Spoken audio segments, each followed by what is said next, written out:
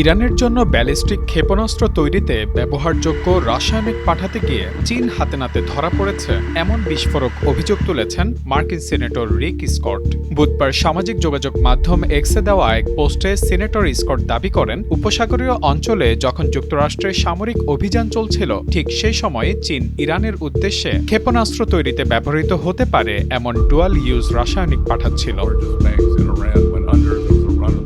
তার ভাষায়, কমিউনিস্ট চীন হাতে নাতে ধরা পড়েছে। তারা ইরানকে এমন রাসায়নিক দিতে যাচ্ছিল যা ব্যালিস্টিক ক্ষেপণাস্ত্র তৈরিতে ব্যবহার করা হয়। একই সঙ্গে পোস্টের শেষাংশে তিনি বেইজিংকে যুক্তরাষ্ট্রের জাতীয় নিরাপত্তার জন্য নিকটবর্তী হুমকি বলেও উল্লেখ করেন।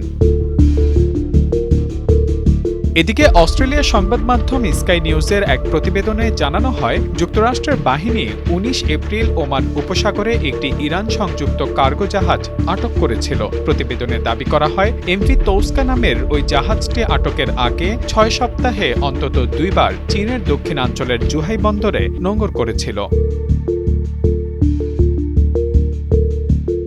ঘটনাটি এমন এক সময়ে সামনে এলো যখন যুক্তরাষ্ট্র ইরানের বিরুদ্ধে অর্থনৈতিক ও সামুদ্রিক চাপ আরও জোরদার করার ইঙ্গিত দিচ্ছে। মার্কিন ট্রেজারি সেক্রেটারি স্কট বেসেন্ট জানিয়েছেন, ইরানের ওপর অবরোধ এবং আর্থিক চাপ কয়েকদিনের মধ্যেই দেশটির রাজস্ব প্রবাহে বড় ধরনের প্রভাব ফেলতে পারে।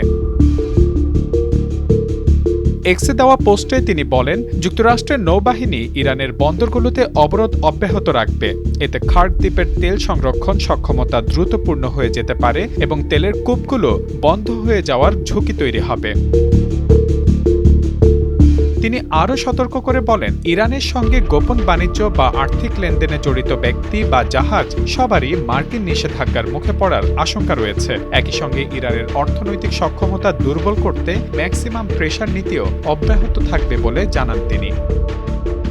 Mahmudul Hasan, Times today.